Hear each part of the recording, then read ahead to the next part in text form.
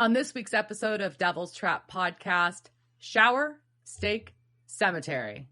Sounds like a good time to me. Let's do this.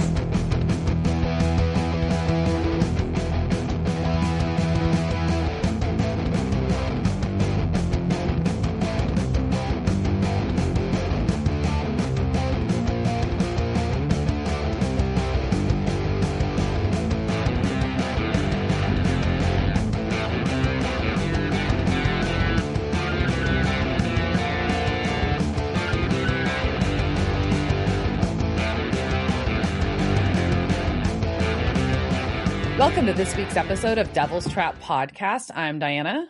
And I'm Liz.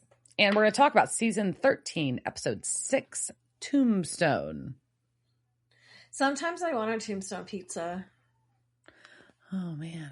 It's very rare because they're kind of disgusting. But sometimes I want how disgusting they are, especially if they come with Canadian bacon. Like, that's the right kind of, like, Pass. I don't know. It was just, that was always my favorite. In the frozen pizza aisle was the Canadian bacon. Probably because it was rare and I would eat it at my grandmother's. That makes sense.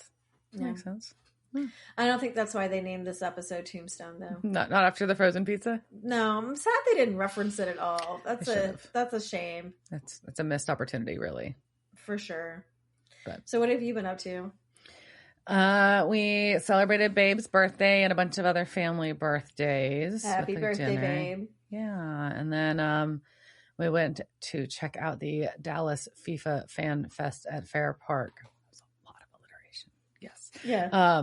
And that was neat and hot, but neat. And then, what else? Then we had a fun dinner at a restaurant that is in a place where our old favorite restaurant was, which was weird. That's what I got. Cool. Pretty chill around here. How about you? I think I'm in a war with gnats. Ooh, and they're bad right now. I think I'm just going to give them the house. Yeah. At this point, I don't know anymore. Like, it's just, and part of the problem is that they're in my plants too. Yeah. So like I've never had them this bad before. And, so it's like, how big of a strategy, like how much of war do I want to go? Like, because it involves like tackling like the gnats and all the plants and everywhere. And I already have like different traps set up around the house to capture them. There's like 3 or 4 different kinds of fruit fly traps that are like, that I'm catching them on. But there's just like, they fuck all the time. They just keep making more gnats. And they just keep hiding in places, and then then they fly in your face and up your nose, and tickles. And they sneeze, and you're grossed out. They hide in kitty litter, like they're just like they're little bastards. Like so, like I've got an automatic kitty litter box, so the kitty litter opens up, and then it'll be like, "Aha!" And like gnats will come out of there. And it's like, you motherfuckers, like everywhere. That's sneaky. Yeah, I don't know, like, it's rude. They're just rude, and they fly into your orifices, and nobody needs that. And they also fly into my water, so I'm like protecting it from like a date rapist. And I'm just like keeping my hand over the top of it, just being like, and like constantly looking inside it to see if the color's changed. Does the texture feel weird? Yeah, so that's I guess it's a summer battle is. And I guess it's better than like the screw worm or whatever else. Yeah, that thing's terrifying. I saw that on the news, and I'm like, not reading that article. I don't want to read about that. I don't want to read about it. I'm terrified of flies right now. Like every time I see like a bigger one, I'm like, please don't be. Do I have an open wound? So yeah, that's the progress as summer flies by, and it just we're sucking at the end of June here. Yeah, so it's crazy. Yep, and I'm just sitting here, and so also the thing about the gnats is they make you look like a crazy person, because I will be constantly swatting at, because nobody can see the gnats except me, and so I'm just swatting at the air like an insane person. All right, so last time I checked this week, there wasn't anything new on the guys. They're just doing what they're doing. It's summer. Yep. I'm sure they're filming things and getting buff, probably, knowing them, and going to cons. Yeah, going to cons. I haven't checked the con schedule, but anyway, so this episode that we're going to talk about, like we said, is Tombstone. It was episode 6 of season 13. It first aired November 16th, 2017. It was directed by Nina Lopez Jurado, who last season did episode 5, The One You've Been Waiting For, and Somewhere Between Heaven and Hell, which is episode 15. That one was written by Davy Perez, who also wrote American Nightmare and Stuck in the Middle with You. So he had the song ones. Right. And this is not a song title one. No. Again, we moved away from that, but I mean, I'm sure there's a psychobilly song called Tombstone. I will bet you $1 there is, sure. But I have no doubt in my mind. I'm pretty sure I have fucked somebody in a band who has sung a song called Tombstone. This episode does bring back some memories. All right, So our recap. Jack can't control it. He's a Nephilim. He's Lucifer's son. He's sorry and just a kid. Jack can't move a pencil, so he must be evil. Zombies mean headshots. People come back, though. What gets burned stays dead. Castiel ? The empty, then cast on Earth, then eye humping between Dustiel. And we start in Dodge City, Kansas, and we're kind of confusing because we were doing one of those things. So we start in the middle of an action, and Dean and some guy we don't know are there. Some dude in a cowboy hat are in a cemetery. All right, look at us kind of track, but they both of them have shotguns out. Mm-hmm. And flashlights, and something's chasing them, kind of, sort of. And I do like the comment. They're like, "Oh, it's fast," and Dean's like, "It's not faster than bullets." I was like, "Okay." And so they split up because, of course, they do. But something reaches up from the ground through the earth and pulls cowboy hat dude down a hole. And my computer has underlined the hole, so it's really prominent of a hole. So just had to point that out because I'm 15. And so the man in a cowboy hat gets pulled down a hole, and Dean says, "Oh hell," because we can tell he's contemplating whether or not he's going to have to go down that hole. But we're going to have to wait to find that out because we're going to travel back in time to 48 hours earlier. Of course we are. And it is Sam and Dean. We picked back up where the last episode left off, where Sam and Dean have pulled up to this payphone where Castiel is there. And basically he explains that he annoyed an ancient cosmic being so much that he sent him back. So seems accurate. Dean wants hugs immediately. So he gets his hug first, and then Sam gets his hug. And Castiel asks how long he's been gone. And I think it's really weird that Dean's like, "It's been too long." Just give the man a fucking time reference. That is not a real answer. Give him a time reference. It also hasn't been that long. It really doesn't feel like it's been that long. It feels like it's been maybe a month? Maybe 2? Maybe. Like, not even that. It hasn't been a full year, that's for sure. So Cass tells him that he was in the empty. And that's where angels and demons go when they die. And it's just like a big old thing of nothing. Mm-hmm. And he's trying to figure out how he came back. And he thought that the boys did something. And they're like, "No, we didn't do anything." Yeah. And they're like, "Well, maybe it was Chuck or God." And he's like, "No, he doesn't have any power there." So then dawns on Sam that it must have been Jack. It must have been Jack who has done something. So it's time to go to the bunker where Jack is typing on the computer. It's time for Cass to come in and introduce themselves. Yeah. And Jack is confused because what he thought was burned stays dead. But he admits that he begged and really wanted Castiel back. And he doesn't know how this has happened. But either way, they're going to hug. Oh. So. And then Jack really wants to show off that he can make the pencil move now, which is exciting. And he found a zombie case. Because he knows what zombies are now. Yeah. And knows how to research cases because he's just been watching Sam and Dean a lot. So there is apparently, he says, the dead are rising in Dodge City, Kansas. But his evidence is a little shaky. And Sam's like, "It could just be grave robbers." And Dean's like, "Yeah, we should still just check this out though." It's a cool little story, you know, involved like finding a vintage pocket watch at a pawn shop and just like things that would be impossible to see on a computer, but it's cool. And Dean just wants to go to check it out because they've done more for less and Dodge City is just kind of awesome. And he's like, then looking around, he's like, 2 salty hunters, 1 half angel kid, and a dude who just came back from the dead again. Team Free Will 2.0. Here we go. Yeah. I like that. I like the Team Free Will 2.0. Yeah, it's cute. So they pull up at the Stampede Motel, which is also a Western wear store. And he is very excited. Dean has gotten them the best room, the Wild Bill Suite. And I'm also slightly impressed that they are carrying their FBI suits in dry cleaning bags. That means, did they go take them to get cleaned? Yes, they must have taken them to cleaners.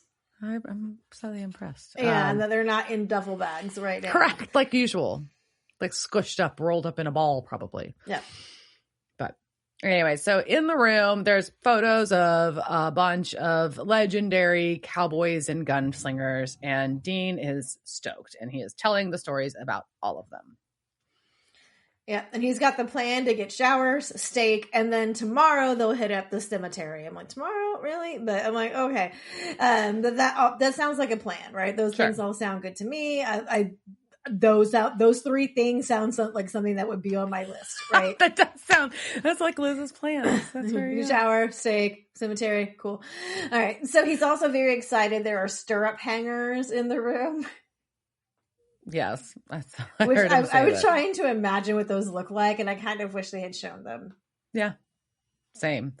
So, and Sam's like, hey, you brought your own hat. You're in a good mood. And Dean's like, yeah, I said we needed a big win and we got it. Castiel's back. Boom. So yeah. Also, Jack and Cass kind of went over. Yeah. So just one thing, because it's kind of canon stuff that we've talked about before. So Jack tells Cass that he can have the couch if he wants because he doesn't sleep much, and Cass is like, I don't sleep at all. Yeah. So now we've solidified the fact that Jack does in fact sleep. He just doesn't sleep that much. Right. Minimal sleep. Right. So we cut to a high, I don't know, country road, whatever. And there's like a abandoned truck, and this cop is running the plate on it. And as he's doing that and he's bitching about it, the passenger door opens. And so he has to get out and investigate, but there's no one inside. The radio is telling him that this truck's stolen, and we get a lot of creepy fucking noises, and the door moves again when he doesn't see it, and he gets pulled under the truck. No, I don't like getting pulled under things. Getting pulled under things. Dislike that. I don't like to be knowing things are underneath stuff. I don't like it. And I don't like things touching ankles. Grabbing your feet and pulling them out from you. Ugh. Yeah.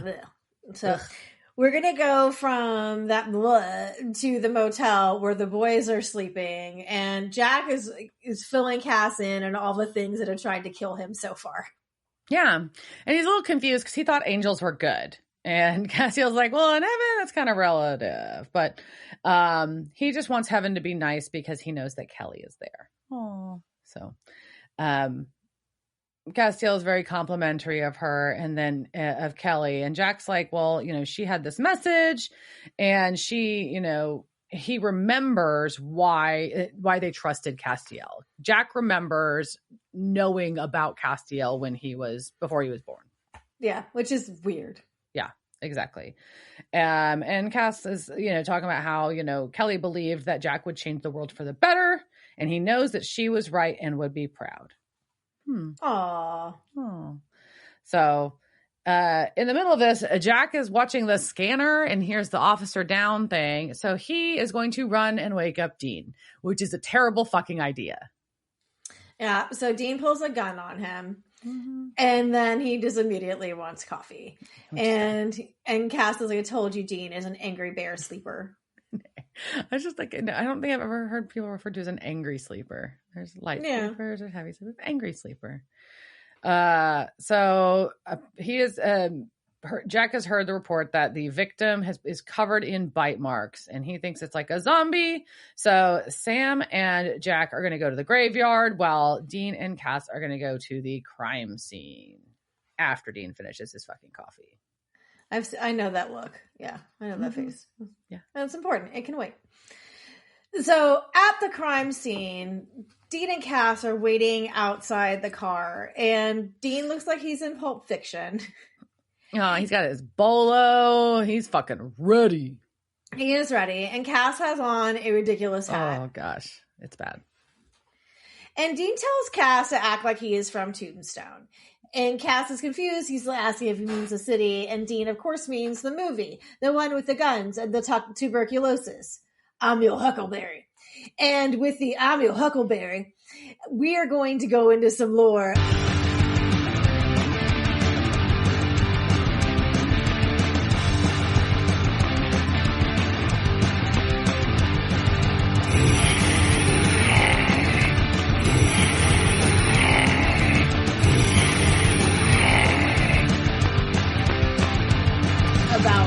Tombstone, because that's the name of this episode. And maybe I thought this episode took place in Tombstone. I forgot it took place in a different state, but whatever. So we're going to Tombstone, Arizona. Yes. And we're going to talk about a place there called the Birdcage Theater. And the main source of this was the Birdcage Theater by Michael Paul Mihaljevic. And the rest are going to be in the show notes. So if you're lucky enough to visit Tombstone, Arizona, you can visit the Birdcage Opera House. Have you been to Tombstone? I have not. I forget. Okay. I have not been there either. So this gem of the Wild West was once described as the roughest, wildest honky tonk in the West. It's rumored to have 20 gunfights and 26 murders. There are 140 bullet holes in the walls. Visitors were said to have included infamous Western outlaws such as Wyatt Earp, Doc Holliday, and Bat Masterson. And of course, it's said to be haunted as fuck. They first opened their doors on December 26, 1881. And there are many stories about how it got its name. Birdcage was a popular name for businesses at the time, including one saloon in Galveston, Texas, which was blocks away from the original Birdcage owner, Billy Hutchison's old house. So it's possible that that's where he got the idea from. It's also possible that he named it for its small size, as he was trying to fit a full-size theater into a 30-foot wide lot. As far as I know, no woman ever sat in bird cages, as is sometimes said, is the reason. Got it. So as a music person, I think this will, and a venue runner, this will probably make you go, what? The Birdcage was open 24 hours. Oh, no. Absolutely not. That sounds terrible. Yeah, so it was open 24 hours. Stage shows started at 9 p.m. and continued until 1 a.m. Then the chairs would be cleared away for dancing. Advertisements for the Birdcage when it opened priced general admission at 50 cents and a box at $2.50. And about 160 to 200 people attended per night when things were going well. Okay. After the first 7 months, the cost was cut to 25 cents a person, and they also added matinees. When you first walk in, there was a large wooden bar where patrons could pick up drinks before heading into the theater. The stage was 15 feet wide by 15 feet deep and about 5 feet above the main floor. It was lit by a row of gas jets along the front side, which just sounds fucking terrifying. There was also a cellar level with a saloon, maybe gambling tables, and rooms for dressing. If you take a tour of the Birdcage, you will likely hear that these were for prostitution, but no, they were actually nice dressing rooms, sometimes which was required for the masquerade balls. They could have swallowed a gnat.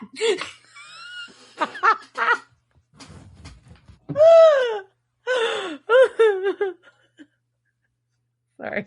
Oh my God. Okay. We're talking about the green rooms. We're talking about green rooms. If you take a tour of the Birdcage, you will likely hear that these rooms were for prostitution, but no, they were actually nice dressing rooms, not cribs, something which is required for the masquerade balls and the performers sometimes. So the boxes are in the main level-ish are part of the Birdcage's fame. The sides of the theater were lined with 14 private boxes, each with heavy red velvet drapes that could be drawn for privacy. These were entered via a narrow stairway from behind the front of the bar. being in the box also would cost you more for drinks. So this is the VIP room area. So in the box, the drinks are going to be 4 bits, which are 50 cents. And there are 2 bits everywhere else. I'm like, how much fucking change did you have to carry around? That seems rude. The people that buy the box, they shouldn't have more expensive drinks. Yeah. So like, but you're in you have the money to burn. So you're paying for the luxury of being there. Right. And I also kind of compare it to, I kind of feel, and I know this is, this was a rowdy honky tonk, and we're going to go through all this stuff. We're about to tell you how there wasn't any like prostitution or sex work going on there, but I think there was, just not like I don't think it was that flagrant. Like, I'm pretty sure there was some on the down low, because you have these boxes that have giant red velvet curtains in them, and you have women and you have men, and I'm sure at some point somebody paid for something. Yes. Because just to me, it's like a champagne room. Yeah, and this really feels kind of like an early strip club in some ways. Okay. And I said, so just like sex sometimes happens in a champagne room, it's likely stuff was happening in these balconies. Just not blatant sex work like most of the legends state. And here is some logic. Tombstone created ordinances that zoned the legal boundaries for prostitution, and the birdcage was outside that legal boundary. If a sex worker was caught doing business outside the boundary, she would be removed and often fined. Even when the boundaries were removed, no license for sex work was ever issued to the birdcage or any of its employees. Tombstone's original recorder's docket, which tracked arrest, charges, and fines for municipal offenses, shows numerous citations for prostitution and licensing infractions throughout the city. However, no such arrests were ever documented at the birdcage. So either they were had greased the wheels of every cop in town for the entire time that it operated, or that just wasn't happening there. Right. Annie Ashley, who was an actress at the Birdcage, said of the working girls, sometimes the women would come to the theater and they'd spend their money freely like the minors. Another performer said, the honky tonks furnished prostitutes with relief from their professional ordeals. Here they went for forgetfulness and laughter. Their working day was over. They could give full attention to the performance as they sat and cried over a topical ballad or applauded a bit. And one Tombstone resident said, and I really kind of like this quote, there was degrees of respectability among the non-respectable. Huh. Okay. And I'm like, yeah, no, I kind of get that. There's rules too, right? Yeah. So Annie also recalled how the women were treated and how they were paid. After the show was over every night, downstairs would be turned into a dance hall. The tables would be cleared away, and we girls would come down to entertain. If the men opened champagne, we got $1 on each bottle. Other drinks, we got 10 cents on the dollar. Earning money there then was exciting, to say the least. After the time, we girls got so accustomed to the overhanging excitement that we didn't think anything of it. Yet we remained morally good women and took care of our families. The cowboys treated us like children. A woman, no matter who she was, even a streetwalker, was respected according to the laws of these outlaws. God help anyone who ever made a slurring remark about a girl. Interesting. Yeah. I don't know how true that was, but that's just interesting. So the female wait staff, who were often the performers, were known as rustlers. Some of the women were actually good, sort of, quote unquote, morally upstanding women, right? Who were just taking money for the dances and whatnot. And some were just hustling their asses off. Former Birdcage performer Joe Adams noted their occupation was a highly profitable one. A clever singing and dancing girl could draw from $50 to $75 as salary, and commissions from wine sales would frequently double that. But their morals were surprisingly straight. One performer described a method she used to avoid getting wasted. While I sat, I put the bottle in back of me and pour the contents on the floor to drink less and make him buy more. The girls would sometimes order tea in whiskey glasses to fool him. I feel like these are tricks that have been going on at cocktail bars and at strip clubs since like the dawn of time. Like, oh, you want to buy me a drink? Sure. And then here's one going over my shoulder as I get you more intoxicated so you buy more dances from me. Yeah. Like, they're literally buying dances. Like, this is... Okay. Yeah. So being a rustler could make things awkward if you were married, as 22% of them were. Oh. One performer recalled his wife didn't feel comfortable selling drinks, and he told her just to stick to the dressing room. The manager noted this and told the husband that his wife needed to hustle and get around more. And when she only earned a few dollars in commissions over a week, she was fired. Yeah, well. Yep. So if your relationship could also get really strained, this is another quote. So frequently the husbands would be singing or doing a comedy scene while looking on at their wives sitting on the laps of love-struck minors. The girls, alert and mindful of their cues, would excuse themselves to the stage, whereupon the minors in adjoining boxes would say, "Look at Brown, he's been sitting with an actress." And the fortunate minor would throw out his chest if he'd had his way with Diana, goddess of the hunt. Put your titties away, Diana. All right. So the variety show featured skits, singers, comedians, and of course, dancers. The can-can was a favorite of the crowd, although I bet the least favorite of the dancers because it takes so much endurance to do the goddamn can-can. It's so much. It's so fun for like the first 3 or 4 kicks, and then it's, nope, why did I start this? So intense. It's intense. So some nights the club would throw masquerade balls, complete with the cross-dressing entertainers David Waters and Will Curlew. The mask would be raised at midnight, with 15 minutes notice given for those who wanted to remain anonymous. There is a legend that there was a poker game at the Birdcage which ran for 8 years, and that $10 million passed over the table. The Birdcage never had a license for gambling, and it's unlikely that a game lasted that long. Additionally, all 5 owners of the Birdcage left their time with business broke as hell. And also the press, which would be like, they would cover card games, right? Because that's what was going on in Tombstone. And if there had been one where all this money was going on, they would have reported on it, and they never did. And also none of the Birdcage advertisements, which were pretty extensive, said anything about gambling, which if there was that was going on, they probably would have said it, right? Right. Yeah. Now on to the 20 murders. I'm not sure how many murders there actually were. There was definitely some violence, but it seems like it was typical drunken bar violence. The local Epitaph newspaper reported on a fight between waiters that took place in July of 1882. And so one of them was a black guy, and the other one was a Frenchman, and they got into a row about midnight, and they were talking about their work, and they started to plug each other in good shape, but they were gobbled up by officers Coyle and Holmes before they could do any damage. They were arrested, subsequently released on bonds, and they had a hearing. So, but this is just interesting because it shows that the Birdcage also hired men. Yeah. Which a lot of places said it was all female. It was not an all-female staff. And they had at least one person of color there. Yeah. Which for the Wild West seems pretty progressive. Maybe. I don't know. So there was another fight at the Birdcage in September of 1882 when a John Doe punched Dick Roberts in the eye. I just wanted to say Dick Roberts. But this was also during a benefit for a performer who was a mother of 2 who was chronically ill. So everyone was like, you assholes. Like, why are you getting a fight during this? Like, you don't get a turn a fight during a benefit, you dicks. So rude, really. the John Doe got hauled off. He had to pay a fine. So unscrupulous people did hang out at the Birdcage. One night, also in February of 1882, 4 members of a traveling troupe went to the Birdcage, where they met a man who offered to sell them things he had allegedly stole from a Native American he killed. Now, why they wanted these things, I do not understand. But for some reason, it seemed like something they wanted. They followed the guy out of the theater, and 1 block away, they were ambushed by masked men. They were struck over the head and robbed of their watches and other valuables. One of the men was shot, and his wound required him to take his meals in a standing position. The attackers were never caught. Huh. Okay, so the first bullet hole at the Birdcage, this happened a month before the official opening. A Luke Rickabaugh got into a fight on the street, and he was hit in the head with a revolver, and that discharged upon the impact, striking the awning post.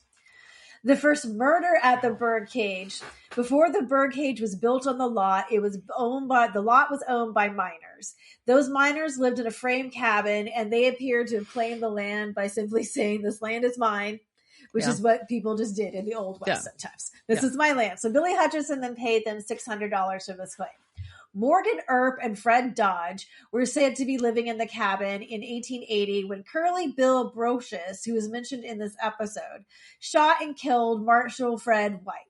The cabin would burn to the ground in 1881, and the fire may have inspired the birdcage's fireproof adobe construction.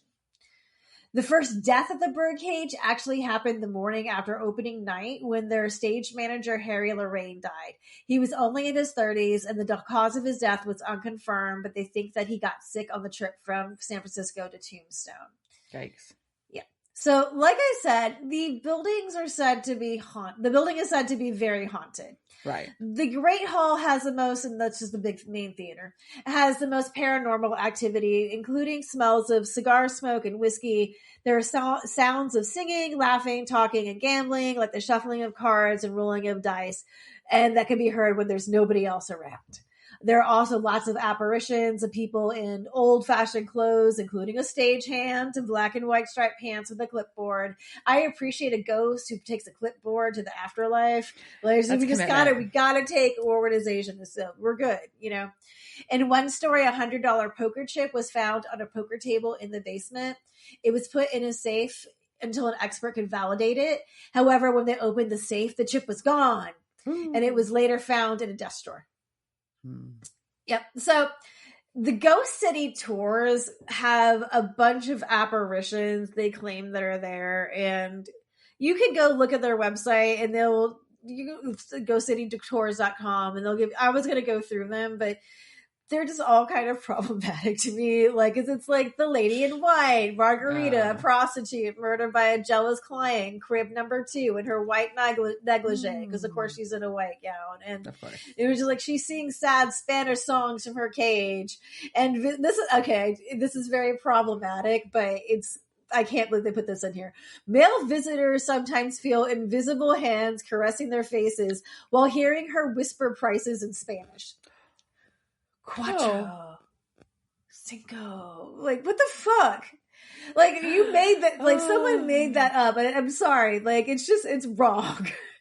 But anyway, so they do talk, one of the ghosts, which is a wrong thing, they say there's a ghost called Black Mariah, but really what there is, what I think is really cool, is there is a hearse Cadillac in the theater called the Black Mariah, and it's trimmed in 24 karat gold and silver. It took all but 6 of the Tombstone residents to Boot Hill Graveyard, and it was said that it had a cowboy for breakfast every day, and it's valued by the Ford Museum at over $2 million. No shit. That's cool. Yeah. I think that's really cool. So I did want to dig into the performers, but we don't have time. So there's going to be more lore. So look for that. And that's going to include stuff about the human fly, the flying nymph, and the murder of blonde Molly. So really exciting things. Look forward in there. So the birdcage I just thought it was a fun place in Tombstone to get kind of Old West haunting things going on. I'm not going to say like I was disappointed to learn that it wasn't actually I've said it before. Hauntings always sound better if you include working girls. Like, it always sounds like it's going to be a better haunting, and people are going to be more interested in it. So I can understand why the people who are running these businesses latch on to those legends to say that those things were happening in the theater. Especially when we get to more lore, I think it was interesting enough that you didn't have to put in the legends. You didn't have to say that it was full of prostitutes, right? Sex workers, whatever. I don't know, but still, you can do ghost hunts there, and you can do ghost hunts all over Tombstone. So I bet there's a bunch. It's very touristy. I almost did one on Big Nose Kate's saloon, which you could go stay at overnight. And they say that it was, a bordello, but also was got mad because Big Nose Kate didn't own it, and it was just like, ah! So I didn't want to do that one either. So we did Birdcage. Anyhow, so woo, Old West stuff. Yeah. Pew pew pew. All right, so back in this Old West, Dean goes and finds Phillips, who is not the sheriff. And Dean introduces himself as Agent Russell. And we've got Space Cowboy by the Steve Miller Band playing as they're walking up, because Dean's got his boots on and he is fucking ready. So we've got Sergeant Joe Phillips because the sheriff's on vacation. Vacation. Oh. So when Dean introduces himself as Agent Russell, Cass says he's Val Kilmer. Yeah. He sure does. Yeah, he does. So they share that the victim is Deputy Carl Phillips, who happens to be the sergeant's nephew, and that the psycho slit his throat and then left his body for the coyotes. Coyotes. And Cass actually says the right thing. And then the sergeant asks what the Texas Rangers are doing up there anyways. And that makes Dean so happy, which is also very funny considering. Yes, it is. There's layers of hilarity there. But basically, he rolls with it, and he said they're chasing a fugitive across state lines that was robbing graves. Oh, so apparently Carl was looking into recent grave robberies, so maybe there's a connection, and Sarge is going to kill this motherfucker if he finds him first. Yeah. So we've got some overzealous police work happening here, but hey, we'll see what's going on. And so we're going to go to a funeral home, mortuary, cemetery, I don't know what you want to call it. And we've got Messer Chup's They Call Me Zombie as our song choice, which is very entertaining. And yeah, this basically it's our Undertaker is a very rockabilly looking chick. She is. She's got a very cute little victory curl going on there, and her makeup is on point, and she's just rocking out with her beats on when Sam and Jack come in, and Sam can't get her attention. Yeah. And she is very startled, but we find out she introduces herself as Athena Lopez. And so we get our Sam introduces himself as Agent Elliot, and then introduces Jack as Agent Paxton, which she's like, what the fuck? How is this kid an agent? He's a child. Yeah. So now we've got Sam as Agent Elliot for Sam Elliott, who played Virgil Earp. Cassio Agent Kilmer for Val Kilmer, who played Doc Holliday. Jack is Agent Paxton for Bill Paxton, who played Morgan Earp in Tombstone. Yeah. Well, all Tombstone references. So now we have our Tombstone references complete. Yeah. And she explains that she lives on premises, but she didn't see anything the other night because she was at an Amanda Palmer concert. Of course she was. Dresden Dolls. Let's go. Anyways, and so of course, Jack is trying to follow the cues of Sam and Dean, and incorrectly jumps into asking if there had been any weird stuff like cold spots or weird smells. And she's like, I wasn't here, is what I told you. So maybe you should go look at the crime scene with the open grave out back. Thanks. Thanks, bye. I have more pink goo to deal with. Yeah, it was a lot of pink goo. I don't know what the pink goo was, but it looked like this was from Ghostbusters. Ghostbusters 2? Yeah. I don't know. It feels like it was like from, like, I don't know. So, because DM doesn't tell us what the pink goo was, Undertaker's. Yeah. And Undertaker also feels like a very weird title.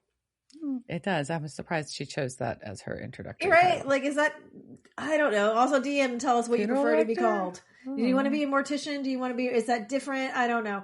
So they go out to the graveyard and the EMF reader is going off. And Jack is just so excited until Sam is just like, man, we're in a cemetery. Graveyard. That's what happens. Yep. So, and they find the open grave and a coffin. And apparently the report said that the rats had damaged the coffin, but there's a giant fucking hole in this coffin. There is. And Sam, being the brave man that he is, he jumps down into the grave and he feels around till he gets a boner. And so he finds a bone and there are bite marks all over it. And the dirt's really soft. It's like there's been people digging around in there. So, all right. So we go back to the motel and Dean calls the bone leftovers. Ew. But Sam's like, look at all these bite marks. It must be a ghoul. And so Castiel has to explain to Jack what a ghoul is. Ghouls. And so, and it's a monster that feeds on the dead and they can be killed by decapitation or smashing them in the head. And they take the form of what they eat, of whoever they eat. And Jack gets that it's like a zombie shapeshifter, but not how they find it. Yeah. because if they can look like anything. But anyway, so there's tunnels in the graveyard, and now they've got to figure out how to find this thing. So we go back to is it a funeral home? I don't know. Yeah, sure. Again, like, I'm like, I don't know. Mortuary, funeral home, many things. I think it's a funeral home. I know no part of it is a funeral home when she talks about selling it, right? So Athena's walking down the hallway and someone is following her. And she's listening to Hot Rod Rockin' by Thaddeus Rose and the Thorns, which I wasn't not familiar with them, but there we go. Yeah, and she's being followed. So we cut back to the motel where Dean's opening a beer and is like, well, it could be Athena, but that doesn't really make sense. And we see going back and forth, seeing her getting stalked. Which Sam said it would be smart, a ghoul owning a mortuary, so it's a mortuary. So, but he was like, she wouldn't need to dig things up, right? She would just be like snacking on what's on the table. Ugh. Truth. So Jack's like, wait a minute, I found traffic cam footage, because now he knows how to pull that. Yep, he's been paying attention. He is now Hacker Jack. So now Dean is also able to zoom in on the traffic cam footage to go into the truck to determine that it is a Long West old outlaw named Dave Mather. Yeah, so there's some old dead cowboy that's not currently dead, I guess, is driving the stolen pickup truck. Yep, he's also learned how to drive. Yes. And so and we can explain that he was one of the Dodge City gang, and there's a picture of him on the wall, and he was one of the best gunslingers there was, which is making Dean very excited. But he died in 1886, except that he's also with Athena, and he slaps her butt, and she gets mad. Yes, as you do. And then they make out, as you do. Oh, yeah.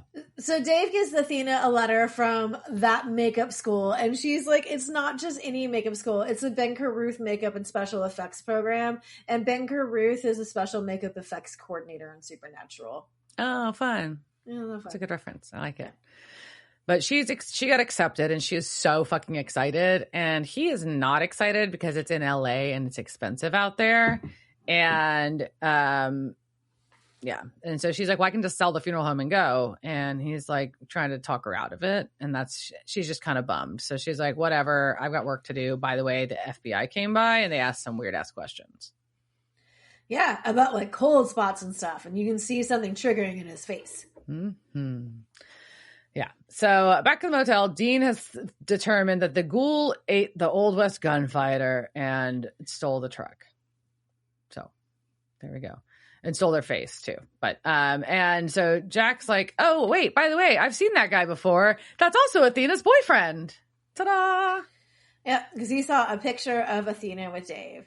So then we go back to the mortuary, and they have pulled up.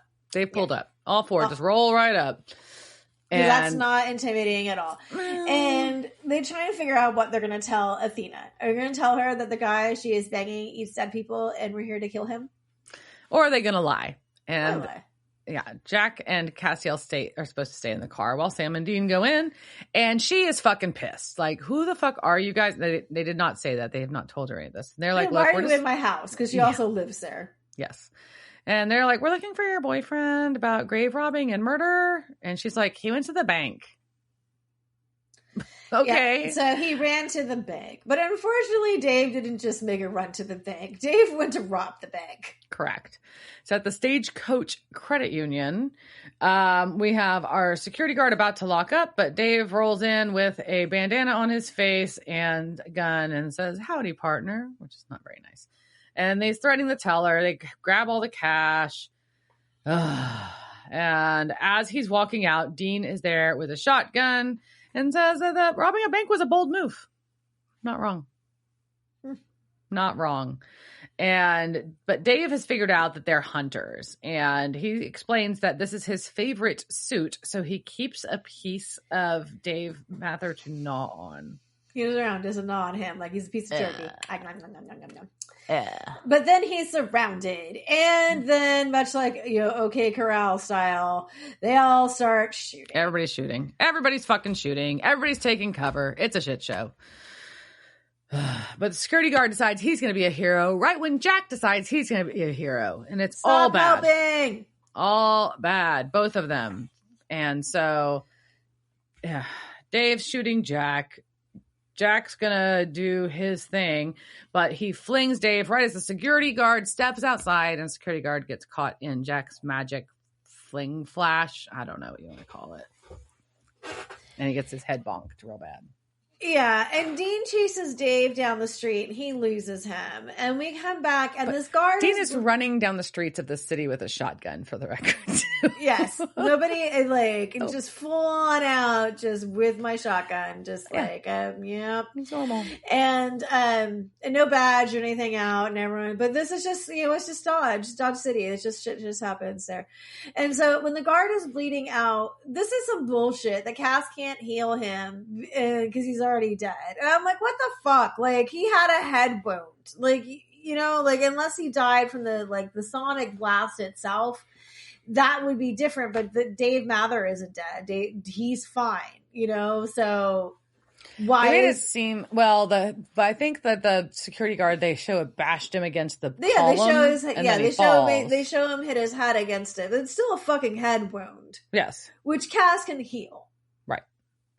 So yeah, I think it's kind of bullshit. I think it's kind of bullshit to set the storyline up. I don't like it. I think it's unnecessarily mean. Yeah, I agree. So we go to the motel where poor Jack is now sitting on the bed by himself because he's just like, how do I do? Yeah. And Cass then asks if it's the first time that he's hurt somebody. And Sam's like, no, it's not. But it's the first time they didn't get back up. Yeah, it's just sad. So Dean's like, well, maybe Sam and Cass should just take Jack back to the bunker because we got to get him out of town. That's all there is to it. And then Dean's going to stay and handle the ghoul. So yeah. Oof. So Dean's solution for the problem is we're going to run from the law. So Jack is now officially at Winchester and on the run from the law. And so back at our mortuary funeral home, whatever, Dave comes in and he's shot. Yeah, he's stumbling because he's been shot. And he's like, I robbed a bank for you so you can go to that school and I'll come with you. And she's like, WTF? Jeez. And he's like, we want you to do some effort, guys. I mean, I want you to make a little effort, but this is too much effort. Over the line. And he's like, yeah, I can pawn jewelry for concert tickets, but, that's skipping town. That's a lot more money. Digging up bodies isn't going to cut it. And this is when she finally realizes, wait, what? You're the grave robber? Wait, and you killed that cop? What the fuck, man? And she is distraught. Rightfully so. And then he gets real mean and gross, and I don't like it. And he's grabbing her and yelling at her a lot. No. Yep, no, not a fan of him. And Athena is also not a fan of him anymore. No. And he was like, no, we're going to get the hell out of Dodge. But just then a car pulls up. Mm-hmm. And it's Dean has pulled up, and our sergeant is also outside waiting. So Sergeant Joe is out there. And basically the clerk at the bank said that the robber sounded like Athena's boyfriend. And the prints from the truck match the ones at the bank. So this all makes sense. And his place is empty. So here he is. And Dean's like, cool, I'm here for the same reason. And he's like, by the way, Sergeant, you're not wearing a badge. And he's like, I don't need one. And Dean tells him that he's not taking this dude alive, and the sergeant says neither is he, and Dean tells him to aim for the head. Yeah. And now we find that we are back to where we started this episode, yes. And the Sarge is getting taken down the tunnel, which now we see what Dean was so upset about, as we all are, is that he's going to reluctantly go into here. And this just, I don't want to go to tunnels in a graveyard. That sounds terrible. Tunnels that have been dug up by a ghoul, these do not feel like they are structurally sound. No, at all. No. Pass. And I don't know. I don't like the idea of crawling in tunnels. I'm not super claustrophobic, but it's very upsetting. No, I don't. I also that is too much. It's too I've had to. I forget what that crawl is called. Well, I guess it's army crawl. Yeah. Where you have to do Not a fan. Not a fan of it. Especially if you have boobs too. When you have boobs, it's even worse. And then they're getting stuck, and you're you have to drag your titties along. It's just, oh man. No one wants to drag their titties along. Nobody wants to drag their titties along, not even Dean. But he's going to do it. And before we do that, though, we're going to go back on the road where Sam just asked Jack if he's doing okay. And they're trying to make things better, but it's just not working. It's not working. And they're like, and they're trying to tell him a story, like, hey, it doesn't hurt less, but it doesn't mean you don't stop fighting because you made a mistake and you can always do better. You got to believe in it. And he's just like, stop, please stop, please stop. Please stop helping. Please stop. Like whatever you're trying to tell me, the fact that you have killed other people is not making me feel better.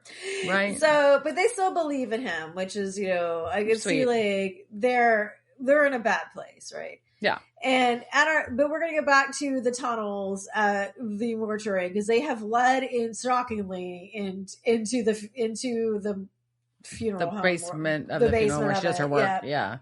And Dean finds Athena's tied up and she's like, what the fuck is going on? And he's like, your boyfriend's not a human.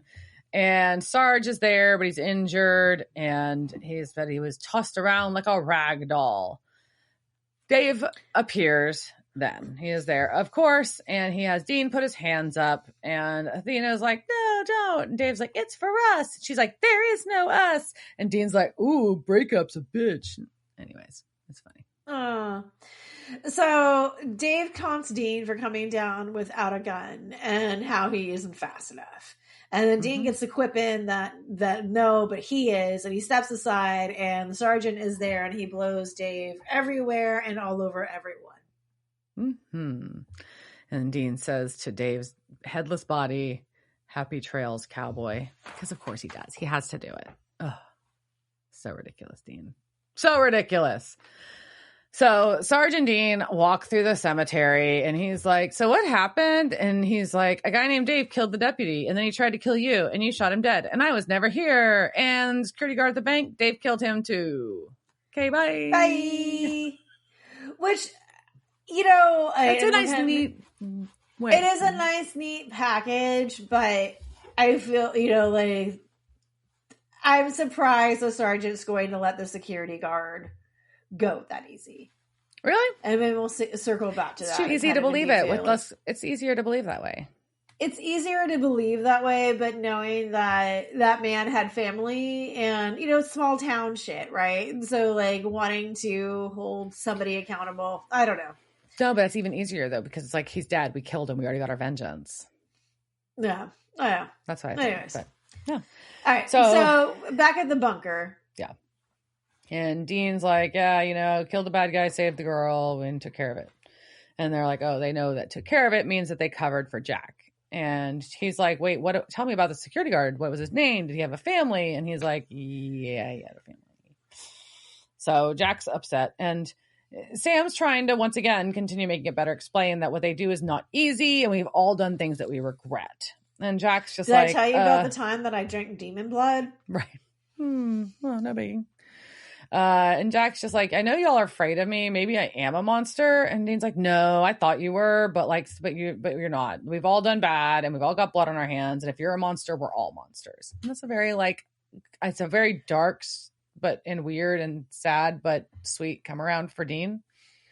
Yeah, at least now he's giving Jack a chance, right? Mm-hmm. And Jack, though, is still upset because he just can't hear us right now. And he is stuck in the idea that every time he tries to do something good, something bad happens. Yeah. Yeah. And he's like, look, if I stay, I'm going to hurt all of you. And I can't do that because you're all I have. I have to go. Oh, no. And then he flings them all, zaps them all over the floor, and then he disappears. He teleports away. Rude. And Cass is screaming for him, but he's gone. He is gone. Yeah, that's where we leave. Oh, so before we get into our final thoughts on this episode, do we have Rockabilly Chicks and Ghoul Boys? Casting Couch. It's the casting couch. Were they on that show that time with that guy? La la la la la la la la la la la. Yeah, Yeah, so Athena Lopez was played by Sarah Troyer, and she's been in episodes of Winona Earp, A Good Doctor, and a lot of Hallmark movies and some voice work as well. Our Dave Mather was played by Jonathan Cherry. He's been in episodes of CSI New York and Miami. He was Rory in Final Destination 2, Rudy in House of the Dead, and then he was Willie in the movies Wolf Cop and Another Wolf Cop. Sarge was played by Eric Schweg. He's been in episodes of Elementary and Flash. He was Darren in the 1989 War of the Worlds. He was Uncas in Last of the Mohicans. I'm going to say it wrong. Metacomet in The Scarlet Letter, the 1995 film. It was Joseph in It Waits. Avanti in One Battle After Another. That was a newer film. Our officer, Carl Phillips, was played by Paul Grenier, and he's been in episodes of The 100 and Made. And Lenny was the name of our security guard, played by Jason Asuncion. He's done some stunt work, including in Man in the High Castle, and episodes of Almost Human, Minority Report, Bates Motel, Siren, Batwoman, Charmed, Superman and Lois, So Help Me Todd, Nancy Drew, and Murder in a Small Town. Cool. Yeah, it was a fun cast. I mean, I like, obviously I'm never going to be mad at a rockabilly psychobilly girl coming in as like our main character. I wish she was less damsel in distress. Mm-hmm. In the end, like she just ends up getting tied up and the bad guy goes after her. It's kind of like, It didn't bother me as much. I just wanted a little bit more of her in general, I think, because also, it's love a believable subcultural character. That's what I like. Yes. Yeah. I always love that. But yeah, no, I hear what you're saying. And I think... it would have been nice to see her fight back a little bit. And I know she kind of did, and she was sticking up for herself. But it's just like, if she just ends up tied to a chair, really? That sucks, man. Like, come on, let her do something cool. Let her, get, some hit once in, or get something, let her right? slap him real good once or something. Yeah. Yeah, I feel like she needs some closure for this relationship that now she's just not going to get because he's, been blasted everywhere. All over her, too. And of course, the boys have just left her, probably also just left him splattered everywhere and left her to clean up that mess. Yeah. Maybe Sergeant will be nice and come and help her out. I mean, I'd like to think he would. He seemed like a nice-ish man. It seems like a small town, right? Like the town, Dodge is, I guess that is a small town. Like they all come together and help you clean up your boyfriend. Oops, sorry. Damn. Your ghoul. Oh man, I don't know, but yeah, it was fun music too. I appreciate. So that. Yeah, it was fun music. So obviously, nod to things that we like, and where we don't have to explain to somebody what an upright bass is. It's like, oh, how nice, Yeah. So behind me. Yeah, and the storyline itself, I think, was cute. So I like the Western nod without it being as Westerny as we have been, or time travel, right? Yeah. So that was fun. The Jack storyline, though, that is, it's just so painful because we're all pulling for Jack, and then because you're making us have this empathy for this new entity. Yeah, our celestial man being, and you're making us care for him, and then you keep hurting him, which sucks. Yes. Fully agree. Yeah, I think that part was really hard. I don't love that element of the storyline right now. I'm sure we'll resolve or revisit it soon, but I think that I don't love how this went for Jack. I think it was unfair. Not that anything's fair, but Well, I also think it's unfair or uncool to have Jack and Castiel finally meet and then have that be over so fast. Correct. So we got very 100%. Little of any of that bonding or any of that stuff, which I feel like we've been building up to. Developmentally good for a man baby. Correct. Even if it is Cass, right? Do you want Cass to be the one who's teaching you lessons about? I don't know, man. I don't know, but so yeah, I like the storyline in general. That was a fun monster of the week for sure. I I agree with you. I don't love how they managed the Jack, how was the turn of the Jack story. So, yeah. Good. Yeah. Cool. All right. So I think on that note, cheers, Stuart. Cheers, bitch. Devil's Trap Podcast is a Don't Be a Dick production. Meow. Devil's Trap Podcast is part of the Ship It Studios Podcast Network. Thanks for listening to this week's episode of Devil's Trap Podcast. You can follow us on Instagram at Devil's Trap Podcast, Twitter at Devil's Trap Pod, or you can email us at devilstrap@devilstrappodcast.com. Don't forget to subscribe, leave reviews, and share with all your friends. We're at all your favorite podcast outlets and at devilstrappodcast.com. I'm Babe. Thanks for tuning in, and we'll see you next time.